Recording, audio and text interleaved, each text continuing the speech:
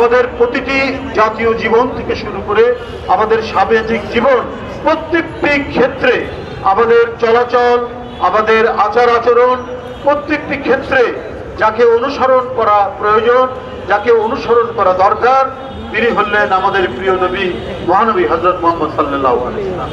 বন্ধুরা আমার, আজকে প্রত্যেকে যদি সত্যিকার অর্থে তার প্রদর্শিত পথ, এতই আলোকিত পথ, সেই আলোকিত পথ অবলম্বন করলে পরে প্রত্যেকটি মানুষের হৃদয়ে আলোক উজ্জ্বল হয়ে উঠবে।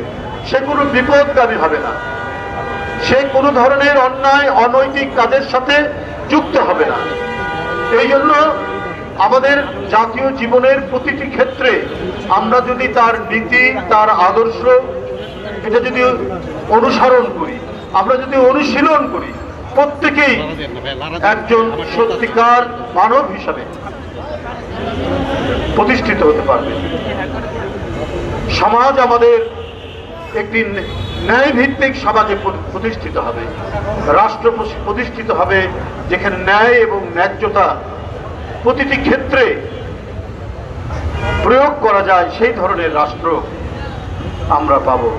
বন্ধুরা আমার, এক উত্তাল তরঙ্গের গণ অভ্যুত্থানের মধ্যে দিয়ে এক ভিন্ন স্বৈর শাসককে পরাজিত করেছে এদেশের ছাত্র জনতা। তাদের বুকের তাজা রক্ত ঢেলে দিয়ে ফ্যাসিবাদের 17 বছরের দুঃশাসনের অবসান ঘটানো হয়েছে।